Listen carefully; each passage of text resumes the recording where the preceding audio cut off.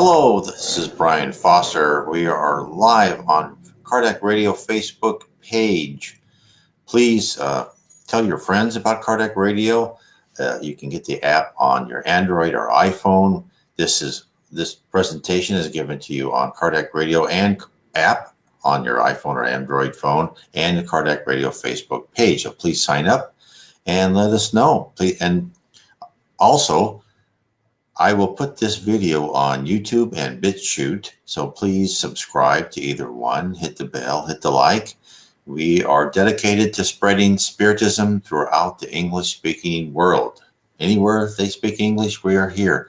There's been a wonderful group of people on Facebook page, the Cardiac Radio Facebook page, that we're doing practically, presentations every day, every other day or so. And so we are getting to a lot of you so you can understand and learn more about Spiritism. Now, today, I'm excited to give to you another chapter from Allan Kardec, The Gospel According to Spiritism. I don't know about you, but I found this was one of his best books. Of course, after the Spirits book, which is everyone should read. And you can get the Spirits book and this book, The Gospel According to Spiritism, on PDF. Of course, you can go to the Amazon. You can find it on Amazon. You can find it on the FEB store. You can also find it on my blog, nwspiritism.com. Click the picture of Allan Kardec, and it'll take you to a bookstore, and you can find a lot of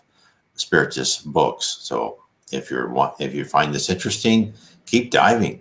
Keep learning about this. This is just fascinating to me ever since I read the Spirits book. And it's changed my life. So let's get right into Allan Kardec, The Gospel According to Spiritism. Now, this is chapter 23. And he's talking about the strange moral of abandon your father, mother, and children. What did Jesus mean by that? Or was it even written correctly? And this is the one he talks. He talks about Luke, chapter 14, verses 25 and 27 and 33. This is what the Bible chapter said, verse. And there went great multitudes with him, and he said unto them, If any man come to me and hate not his father, mother, and wife, and children, and brothers and sisters, yea, and his own life also, he cannot be my disciple. And whosoever doth bear his cross and come after me cannot be my disciple. So likewise, whosoever he be of you that forsaketh not all that he hath, you cannot be my disciple. And he also references Matthew chapter 10, verse 37. He that loveth father or mother more than me is not worthy of me, and he that loveth son and daughter more than me is not worthy of me. So this was, even to me, this was a very strange one.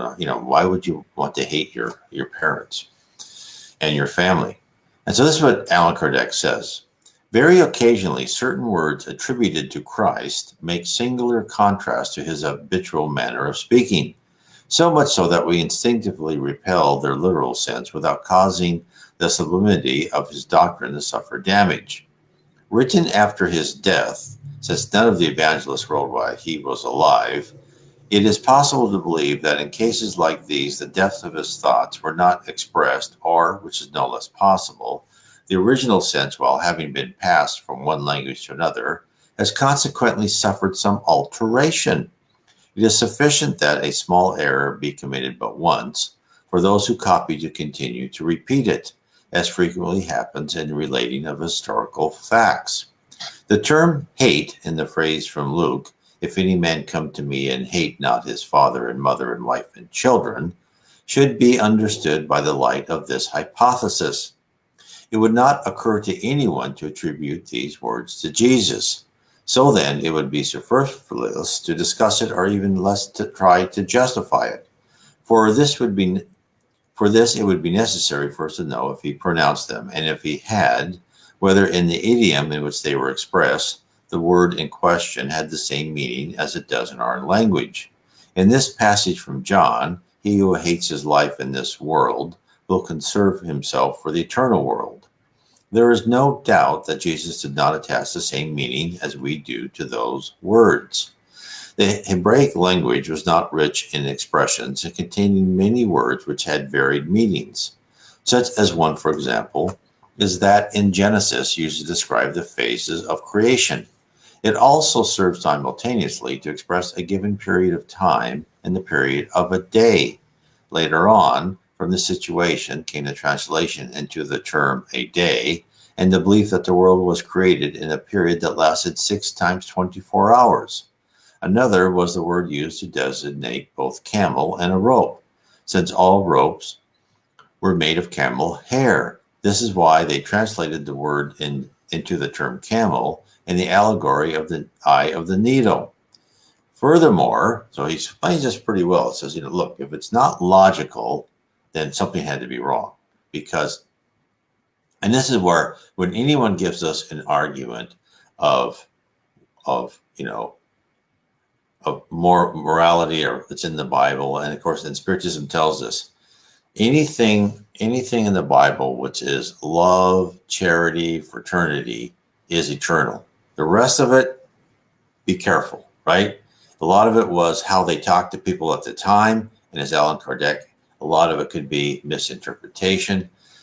And I know people say, every word in the Bible is perfect, and Spiritism does not necessarily believe that. It was as good as it could get, given the people that the spirits tried to communicate to and the culture and technology at the time.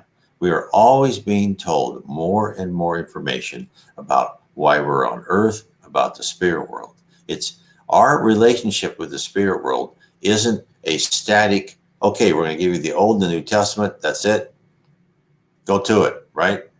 No, it's very dynamic. And in fact, as we start approaching, this planet, the planet of regeneration, we're going to get more and more messages and communications from the spirit world. So it's going to be a dynamic relationship. It's going to be where it's like we are a student, and instead of a teacher, putting us in the room and coming back after 50 minutes, say, okay, have you done reading your assignment? Which is, it's been, it may have seemed that way for, a few thousand years, but no, it's going to be where we're in a classroom and the teacher hovers over us and said, no, okay, you misunderstood this. Let me help you. Let me help you with that. It's going to be a much more dynamic give and take. Now, will this happen right away? In our time frames, as humans, we are so short. This could be 50, 100, 200 years, but this will happen. We'll get more and more communications from the spirits, and more people will understand it. So, and of course, he also explained, it's easier for a camel to go through the eye of a needle. And of course, it probably should have been rope. But both of them, it's fine, because they're both saying it's hard to go through the eye of a needle in order to get to heaven. So,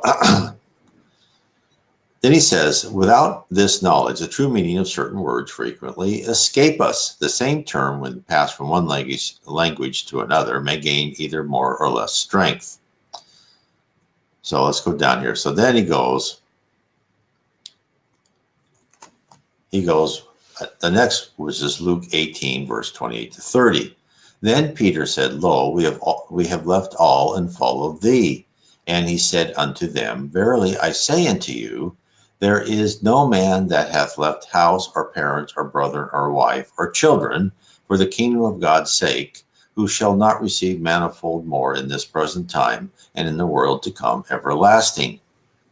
And also said the Lord, I will follow thee, but let me first go bid them farewell, which are at my home at my house. And Jesus said unto him, no man having put his hand to the plow and looking back is fit for the kingdom of God. And that was in Luke chapter 9, verse 61, 62.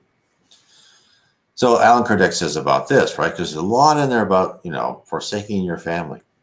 So here, without arguing about words, as Allan Kardec is writing, we should look for the thought behind them, which is quite evidently was, the interest of the future life should take precedence over all interest in human considerations. This thought is in accordance with the substance of the doctrine as taught by Jesus, whereas the idea of renouncing one's family would be a frank denial of this teaching. Moreover, we do not have these maxims in mind when we consider the sacrifice of our interests and family affections for those of our homeland? Do we by chance censor those who leave their parents, brothers, sisters, wives, and children in order to fight for their country? On the contrary, do they not gain in merit for having given up their homes and families in order to fulfill their duty? This is then because there are some duties which are greater than others. Does not the law impose that the daughter leave her parents in order to follow her husband? The world is full of thousands of cases in which painful separation is necessary. Nevertheless, affections are not broken because of this. These temporary separations do not diminish either the respect or the solicitude that children owe to their parents, nor the affection of these parents for their children. Therefore, we see that even if we take these words literally, with the exception of the word hate, for they would not be a contradiction of the commandment which prescribes that man honors his father and mother, nor that of parental affections.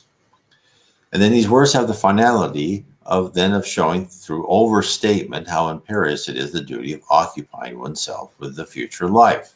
And of course, this is what Spiritism tells us over and over again, is that we need to create a balance, not just with our family and other things, but it's all kind of imposed into the balance we need between materialism and spiritualism. We need to come to earth, not be a burden on others, right? We're not, Spiritism doesn't want us to wear a hair shirt or, and go into a cave and survive. No, it doesn't want us to be a monk or a nun in a monastery and do nothing but pray all day. No, that's not what we're here for. We're here to help others. We're here to take part in our civil discourse. We're here to do all sorts of things on this earth. We're here to make a living. We're not here to be, paid a wage for doing nothing. We are here to learn to balance that, at the same time take and prioritize some of our time, maybe away from family, whatever, or including them into learn about God, Jesus, the spirit world, heaven, our life, analyze ourselves, our morals, our character, and our personality. This is a balance that each one of us has to work out, like anything. It's when you're young and for the let's take an example that boys and men sometimes play video games too much. Well, it's fine to play some video games, but do you do it 8 hours a day, or do you do it a couple hours a day and that's your kind of fun? Then you work, and then you study, and then you think and you meditate, and you think about your morals and your character. Everything in moderation, like the ancient Greeks said. So that's why it's important. This is why it's important. This is why we bring you these programs, right? So you can think about this, because we've been told over and over again, right? The reward for learning about how to change your character is always, and doing good on this earth is 100-fold, which you will find when you rise into heaven. And that's why it's important, because heaven is such a wonderful place. And Spiritism has given us, not perfect focus, but so much better than any other I've seen. And that's why I just grasped Spiritism when I first found it, when I read the Spirits book, is it tells you so much more. And then as you read books by Leon Denis, Yvonne Pereira, Chico Xavier, Devaldo Franco, it's just so much more. And Reverend Jiva Owen, and which I talk about in my book. I have a series of 3 books, Heaven and Below. It's so much more is exposed on heaven and what it's about, and why do we want to go there, and how wonderful it is, and how we keep learning from it's. Heaven isn't just the Elysian fields where we sit all day and do nothing.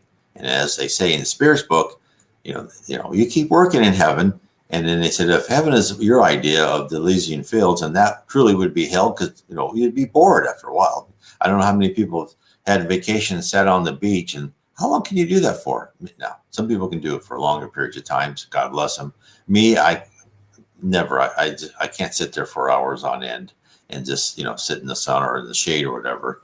I have to be doing something. But and of course, everyone is different. But anyway, this is the beauty of Spiritism. It sends us so much information all the time, and it's just fascinating and vital for our own learning and spirituality.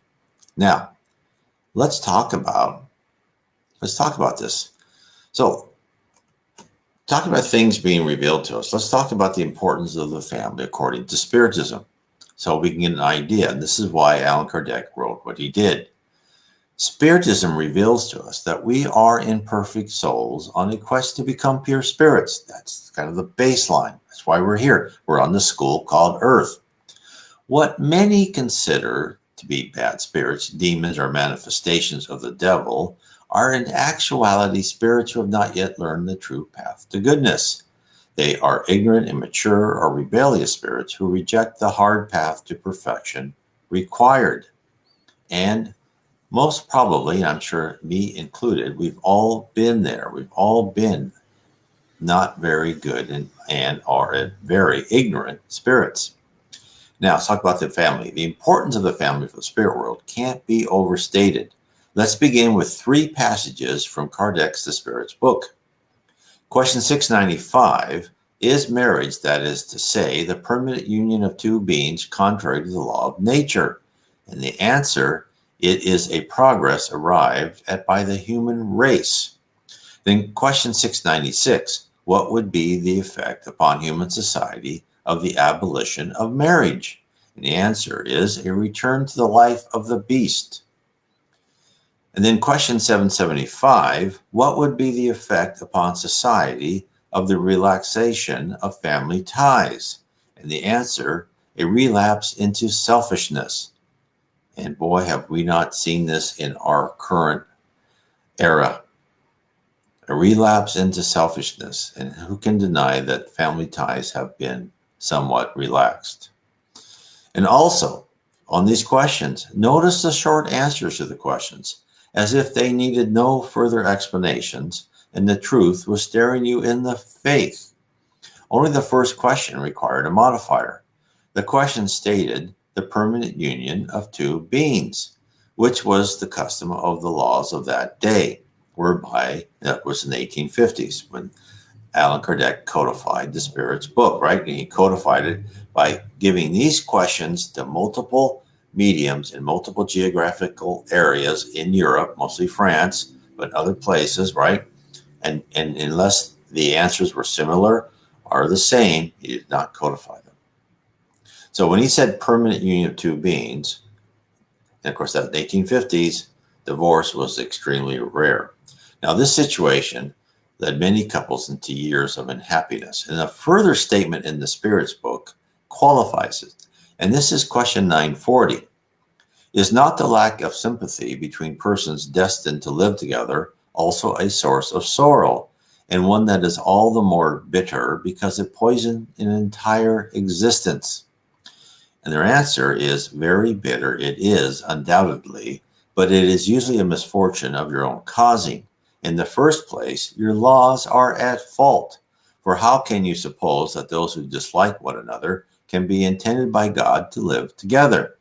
Therefore, according to Spiritism, if you're unhappy, get a divorce, and when I say unhappy, Spiritism wants us to work. We are here to help that other person. So just because you're like, oh, I'm not happy, I shouldn't have even said that. If things are not manageable, and there is just constant tension, and you're really not helping, you're actually hindering each other, then it is time to honorably try to separate and get a divorce. But just because, in this world, if I'm not happy for a day, I need to find somebody else. No, it's not what the spirit world wants. We can't be, flitting from one thing to another. We need to look at our obligations, and it has to be thought out carefully. So In summary, according to the spirit world, not all marriages are perfect unions. Since they are a product of people's free choices, it may be one of the many lessons we must learn in our lifetimes. Therefore, people are allowed to withdraw from a bad marriage, but how and when that is accomplished might incur debt, which may have to be repaid later. So, a successful family is made up of two kindred spirits. According to Spiritism, when spirits reincarnate, they can return as male or female. Question 202: does the spirit, when existing in the spirit world, prefer to be incarnated as a man or a woman? And the answer is that point in regard to which a spirit is indifferent, and which is always decided in view of the trials which that person has to undergo in their new corporal life. So therefore, the sexual combination of a couple isn't that important. What is vital is the affinity of the spirits and their love for each other. Marriage is a partnership which allows the souls to see that each other in the possibility to improve themselves beyond which they could achieve alone, and to assist the partner in the same quest. In the book Missionaries of the Light by Chico Xavier, a spirit instructor discusses marriage and love on earth. This is what they said. Love on earth, love on those lower planes is like gold lost in a large quantity of ore, demanding great efforts and laborious processes to reveal itself to the experts. But among those humans who do in fact are proceeding toward their elevation, the sexual union is much different. It entails a sublime exchange of paraspiritual energies, symbolizing divine nourishment for the mind and heart, and creative power not only for children of the flesh, but also for generous deeds and achievements of the soul for life eternal. Now, let's go to the next thing in Allan Kardec's book. And this is Leave the Dead to Bury the Dead. And in Luke chapter 9, verses 59 and 60, and he said unto another, Follow me. But he said, Lord, suffer me first to go and bury my father. Jesus said unto him, Let the dead bury their dead, but go thou and preach the kingdom of God.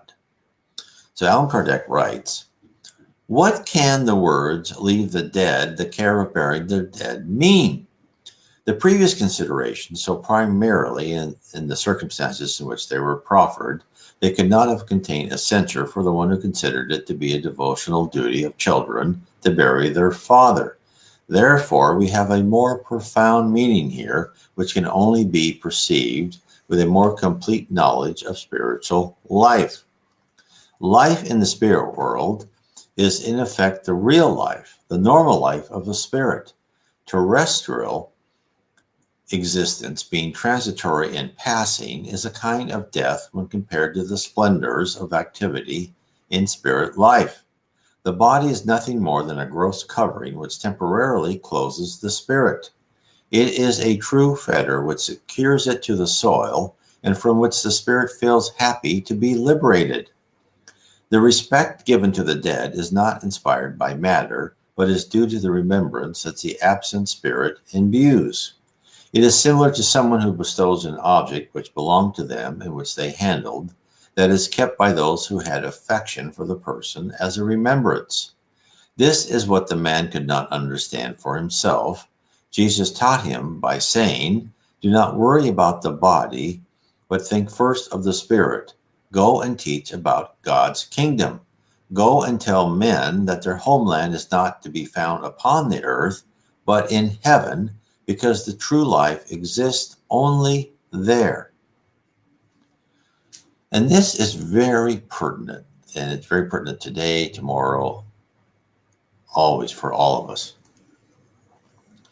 And what you read about in many of the spirit literature is where spirits will gather around a person who is passing over, leaving their physical body and going into this back to the spirit life, how they are assisted by spirits to, cut that, paraspiritual cord, that silver cord, and so they can be free of their body. In fact, Leon Denis says that dying is less traumatic than birth.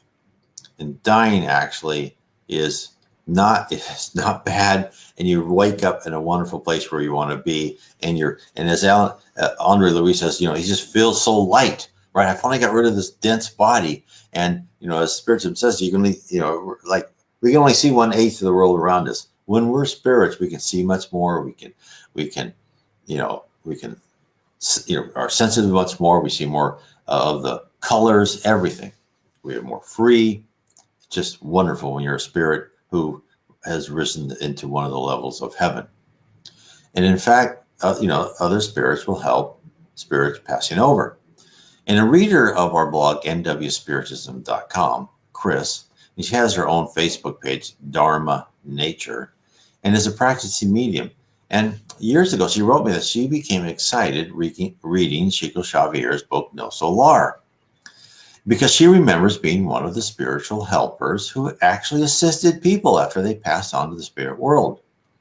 And a team of spirit helpers were responsible for rescuing Andre Louis, the spirit who dictated the book to Chico Xavier. I recommend that book. There's actually also a movie called Celestial City or Astral City, but the book is No Solar, and I recommend that to everyone. But you can also see the movie rented, I think, for $2.99 on YouTube. It's a wonderful book, wonderful movie and book. But Chris wrote me, this is what she said, because my most recent adventure involved Chico Xavier's No Solar. As someone who remembers being a helper, it was exciting to see home identified. I thought I was the only one who knew about and remembered home. I must have worked there for hundreds of years helping spirits. Then I came back here to learn some new things for a couple of short lifetimes, plus this one. Anyway, I want to vouch for home as a reality. The details about its structure may vary, but it is an amazing place of love. And so there's many spirit colonies all around the world. No Solar is a spirit colony above Rio de Janeiro. There's other spirit colonies above where your hometown is, above Chicago, above New York, above LA, Mexico City, Buenos Aires, wherever, right? Paris. These people will go into those cities or other cities, depending on where you were and where you're born, where you have affinity for, if you go into one of the levels of heaven. Then I'll further on, she's saying, and from home you can access any place on earth. It is not uncommon for people who have reached the helper level to enter the dreams of the embodied, which can be done directly from home to offer help and advice. So, once again, she tells us, a person who hasn't been aware of Chico's books finds verification of their own ideas and memories. Chris did write to say, and unlike Andre's experience, when he spent time in the lower zone, not all people experience this Freudian episode. And of course, she's right. A lot of people don't. It all depends on what happens. And then she says, with sudden or unexpected deaths, people often don't know they have crossed over. They look for familiarity, and their own mind creates that for them. The good news is that someone like me, what I used to do anyway, will meet you where you are and help you through the process. Now, in this, of course, Chris is completely correct. In Andre Louis' book, there are many instances of spirit helpers assisting people right from their deathbeds and other locations. So, although I would like to say, in cases of suicides, the spirit who takes his or her own life is generally obligated to remain in the umbral, the lower zone, until such time as their normal death would have occurred. So hence, I want to make sure suicide solves nothing. In fact, you have to stay in this not so very nice place until your normal death will occur. So if you committed suicide at age 40, and you weren't in your life blueprint, your life plan said you weren't going to die till you were 70, you would have to spend 30 years in a not very good place. Now, in Andre's case, he spent time in the lower zone, the umbral, but he did not deliberately kill himself, but he allowed his behavior, excessive drinking, and he had syphilis, to cut short his life. Hence, he unconsciously committed suicide. And the second lesson is, not only must we finish the classes assigned to us, but we have to take care of the materials we are given, which is our bodies. So then Chris wrote me more. She writes down some of her recollections. She goes, I remember many instances of having to adjust my vibration to see what the new arrival was seeing. Again, just what Spiritism tells us. A higher spirit has to make themselves more dense, more matter, less energy, so the other person can actually see them, and then they can see what the other person is seeing. People often see their place of work or their home or the beach or hell if they think that's where they are going. I had to help them through that. So for one instance, one man wanted to find his office, so I helped him. And while we located his office, we talked. At some point when the time was right, I would always ask, do you remember what you're doing just before you met me here? And this conversation would eventually lead them to the realization that they had passed on to the next life. Then and only then could I lead them to home for what amounted to sessions with the social worker examining their lives. It wasn't judgmental. It was more like what went well, what could have been better, etc. And sometimes I felt bad when people were sent back, which would only happen after the counselor and the person both agreed that this was for the best, NDEs. So from our own time, this medium knows all about NDEs. That's what I always said. An NDE is like me taking out of your class, talking to the vice principal, going, okay, what are you doing? Well, I think that you should go back to class. So, there's so much independent verification. Here's a medium who never heard of Spiritism is completely, validating the points of Spiritism. And this is why it is so exciting for people to understand and learn about.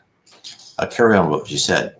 Another I remember was a very take charge, upper class kind of man who mostly sneered and barked orders at me as he tried to find his way to the familiar surroundings. And I just smiled and helped. And eventually the realization that we would go home. So it's funny because I wrote her back. She said that to me, and I said, that last person, that's probably me, right? That probably could have been me because I would just bark orders. Hopefully I've been softened by my discovery of Spiritism. And so then she wrote me back, okay, let me tell you more. She goes, time doesn't mean much when you're home, but the incident I referred to was probably in the 1800s, maybe. The gentleman was a victim of an accident on a sailing ship and found himself on shore looking out at the water. He saw me and demanded I summon a carriage to take him into town. He wanted to get in touch with his family and tell them what happened. He was kind of surly in a way that people who expect others to jump when they speak tend to be. So I explained in a loving, compassionate way that his transportation would soon be along, and why don't we talk while we wait? So he complained about the lack of service and general incompetence of others, along with my perceived lack of helpfulness. We sat on the hillside and waited, and as he talked a bit about his life, I don't remember the details though, eventually as he calmed down, though still frustrated, I asked the question, do you remember what you were doing just before you met me here? And he told me about being on the ship and how it heeled over and he got knocked into the water, he thought. She goes, do you remember how you got here? No, I don't remember. I swam to shore would be my guess. And then she said, well, that's interesting. Why aren't you wet? He goes, I don't know. I dried off. He goes, really? When did that happen? And so on. And eventually a light clicked on. He said, did I die? He goes, your feelings are true. Listen to them. You can see this place is not where you were, and you don't know how you got here, and this will tell you what you want to know. So what happens now? Come, I will show you, she said. Now, isn't that wonderful? She goes, I stood up, I reached out to him, and he stood up and took my hand, and as we turned away from the sea, a city he had not seen before seemed to rise up before us. We're going home, I said, come. And we walked to home together, where he was met by a counselor who took over from there. Home was simply there when he was ready to see it. If any of that rings a bell of familiarity, then perhaps it is so. I don't know what happened after that. My job was getting people and adjusting the vibration to home so they could go there. That was it. Others had other responsibilities. Already, she's telling you all the different jobs that are in the spirit world. I have general information about my spirit history back to the 400s or so. In this life, I was made aware of the overview exactly on my 4th birthday, a July day many, many years ago, sitting on a street curb in Sacramento, California. I've had to work out a lot of the details since then, but everything I learned was subsequently verified by medium friends. I lived lives as a nun, a shaman, a diva, a war victim, a skeptic debunker, and plain old me. And I've learned that life is all about closing circles.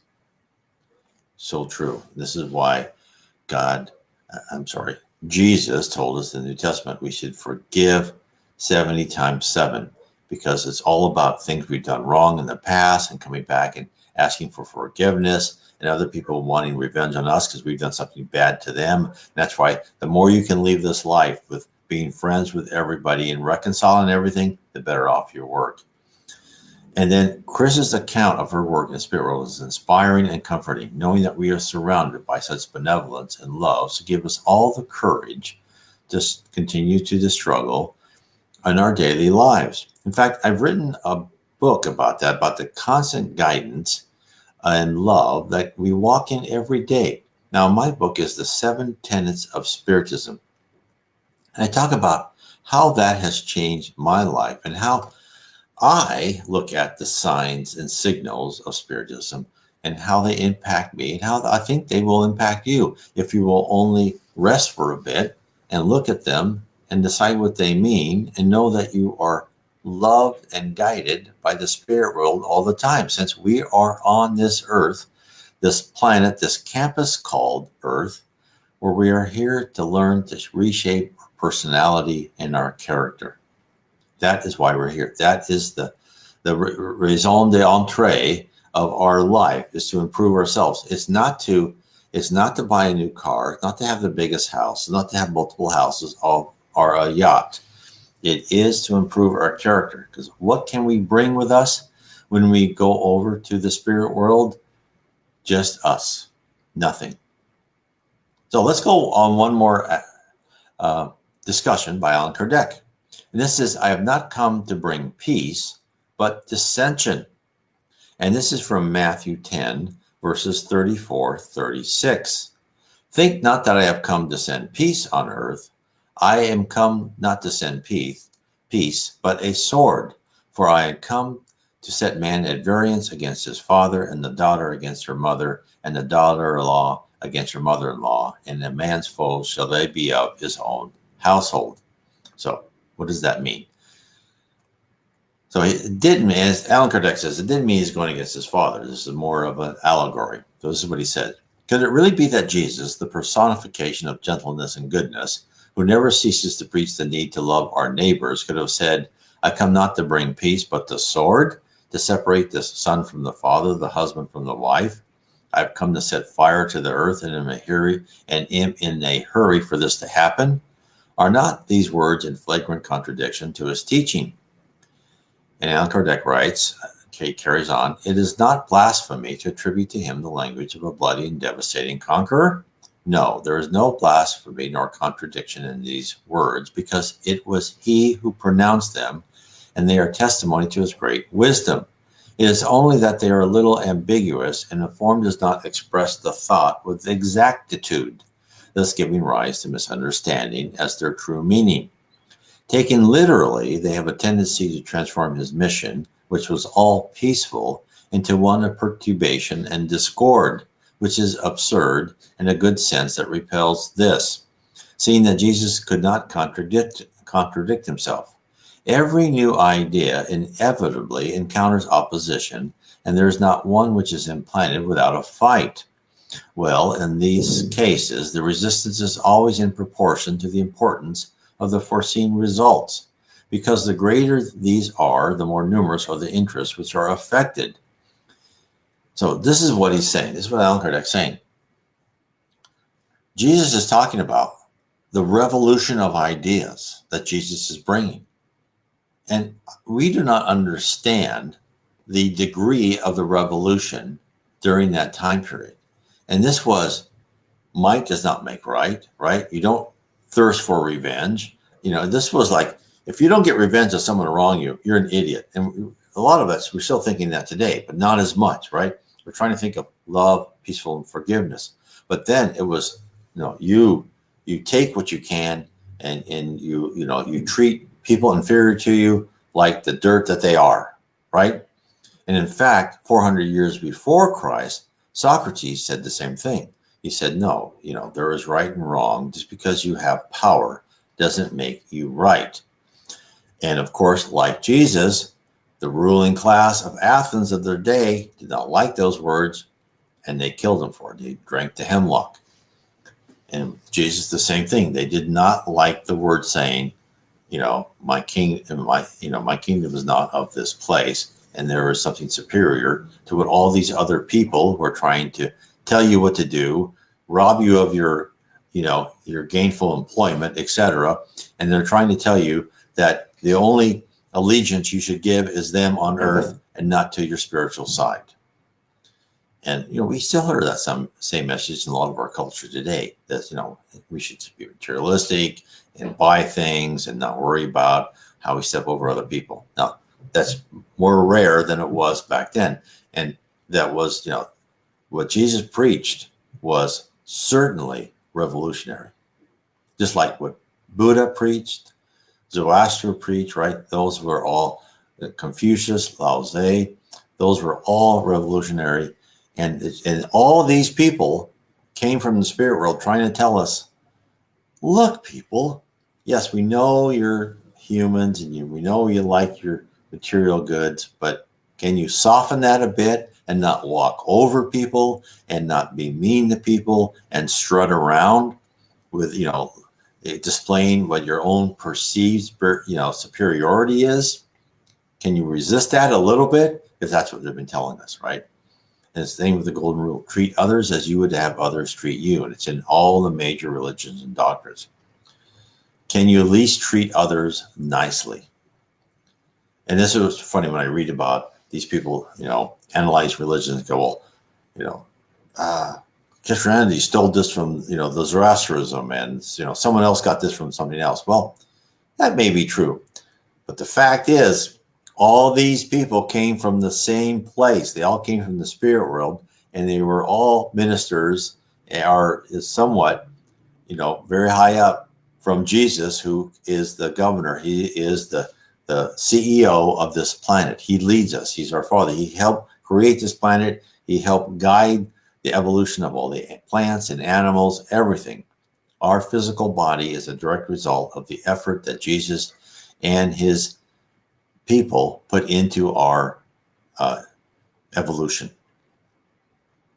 And this is what Spiritism reveals so much, is that Jesus is what we need to understand in order to understand God. And we've been told that by spirits over and over again, is that, and even in spirits, they say, look, you cannot understand God. And people think, when I go to heaven, I'll meet God, right? I used to think that. No, and spirits say, look, even higher spirits in heaven, around the bands of heaven, around the earth, there's much more heavens and much higher bands. Because even we don't understand God that well. You have to get much higher for them to get to more and more understand God. But the way you can begin to understand God and his domain and his love for all of us is to begin to understand Jesus Christ. Understand Jesus, and that's your portal to be understanding of God and all his complexity. And I tell you, the more I read about Spiritism, and the more, especially in my series of 3 books, Heaven and Below, Spirits in the Spirit Universe, and How We're Guided by Spirits, the processes of the spirit world, the organization of heavens around the earth, because there's levels far beyond its, there's bounds of heaven around every inhabited planet. But it's just so complex, and the way we volatilate, we move by the speed of thought, the way we can query from the universal data cloud, where there's every thought, everything is captured. All these things, it's just so complex and yet so brilliant, of how we are here on earth to become a perfect spirit. And to me, once you understand why we're here on earth is to improve ourselves, and yet we're not here on earth. We're not given the earth to say, oh, you have to be perfect. You have to be very good to everybody because we told you so, or you're going to be smote, right? Or we're going to kill you and wipe you out forever. That's not what God and Jesus wants. He wants us to become good on our own free will.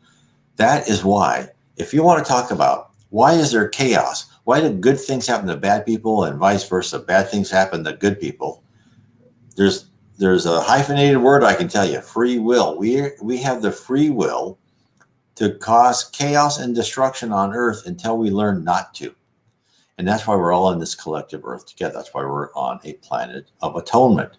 We're on a planet of atonement where we have a life blueprint to go through trials and tribulations to teach us to become better people, better souls, better personalities, to rip out our primitive emotions, hate, envy, selfishness, pride, and replace them with love, honor, charity, and fraternity.